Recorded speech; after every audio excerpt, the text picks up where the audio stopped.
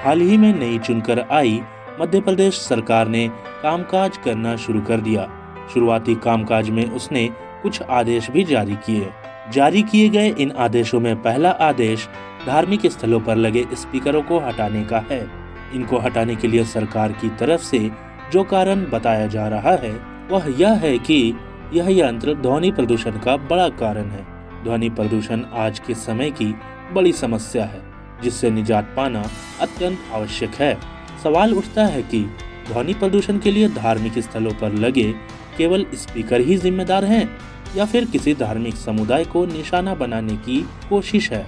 सरकार का दूसरा आदेश इससे भी ज्यादा खतरनाक है। मध्य प्रदेश सरकार का दूसरा आदेश खुले में अंडा, मांस, मछली बेचने पर रोक का है। इस आदेश के तहत सरकारी अमले ने कार्रवाई भी शुरू कर दी। इस दौरान कई दुकानों को सील कर दिया गया, जबकि कई को नोटिस देकर इन्हें बंद करने या फिर जरूरी उपाय करने के लिए कहा गया है। एक सामान्य समझ कहती है कि बाजार किसी भी तरह का हो, वह शहरों और कस्बों में आबादी के करीब ही लगता है, तभी उसकी जरूरत भी है। ऐसे में किसी खास व्यवसाय को शहर की सीमा से दूर करना या फिर उन्हें बंद कराना कितना सही है। उससे बड़ा सवाल यह है कि रोड के किनारे पर खड़े रेहड़ी पटरी वाले जो इस व्यवसाय का बड़ा हिस्सा है, उन्हें रोजगार विहीन कर देने जैसा नहीं। यह हाल तब है जबकि मांसाहार करने वालों की संख्या पर्याप्त मात्रा में है, बिना किसी धार्मिक और जातीय विभेद के। इसके बरक्स एक और सवाल उठता है कि क्या सरकारें चाहती हैं कि वह लोगों का खाने पीने और पहनने सहित सामान्य जीवन के तौर तरीकों को भी तय करे, या फिर इस व्यवसाय को एक धार्मिक समुदाय को निशाना बनाने के लिए इस तरह के आदेश जारी किए जा रहे हैं।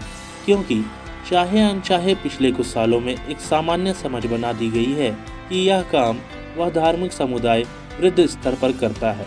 इसी समझ के चलते देश भर में लिंचिंग की घटनाएं बहुत पुरानी बात नहीं है, जबकि किसी के घर के अंदर खाने में क्या बन रहा है या फिर उसके फ्रिज में क्या रखा है, सब इसी सामान्यीकरण और सरलीकरण का नतीजा है। सरकार ने इस आदेश को जारी करते हुए इस बात पर भी ध्यान नहीं दिया कि उसके एक आदेश से कितने लोगों की रोजी रोटी पर असर पड़ेगा, क्योंकि बड़े व्यवसायी तो जैसे तैसे करके अपनी को संभाल लेंगे, लेकिन छोटे लोग हैं, रेहड़ी पर दुकान लगाकर अपना गुजारा कर रहे हैं, उनका क्या होगा। यह बात किसी से छुपी हुई नहीं है।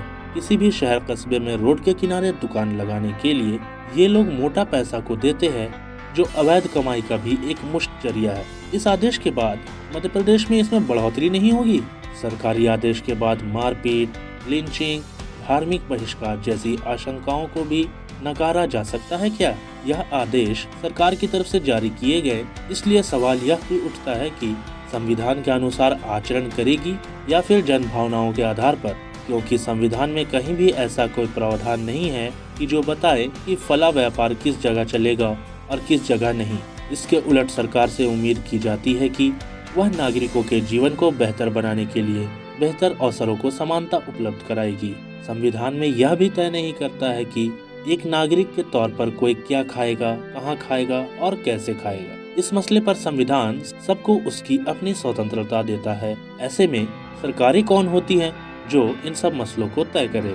केंद्र से लेकर राज्यों तक बढ़ते एक पार्टी के दबदबे के बाद आशंका तो यह भी है कि बाकी राज्य भी इस तरह के निर्णय न लेने लगे। दोस्तों, इस तरह के सरकारी आदेशों पर आप क्या सोचते हैं? क्या ऐसे आदेश जारी किए जाने चाहिए? क्या यह सरकारों द्वारा खान पान को नियंत्रित करने का प्रयास नहीं है? क्या यह सरकारों के किए जाने वाले काम हैं, या फिर सरकार का काम बेहतर नीति निर्माण के जरिए लोगों के जीवन को बेहतर बनाना है? जो भी हो, इस मसले पर अपनी राय रिकॉर्ड करें। भले भी आप इस मसले के पक्ष में हो या विपक्ष में, अपनी राय रिकॉर्ड करें मोबाइल वाणी पर अपने फ़ोन से 3 नंबर का बटन दबाकर, या फिर मोबाइल वाणी के ऐप पर जाकर। जिम्मेदार लोगों को उनकी जिम्मेदारी याद दिलाने के लिए बोलना आवश्यक है। बोलेंगे तो बदलेगा।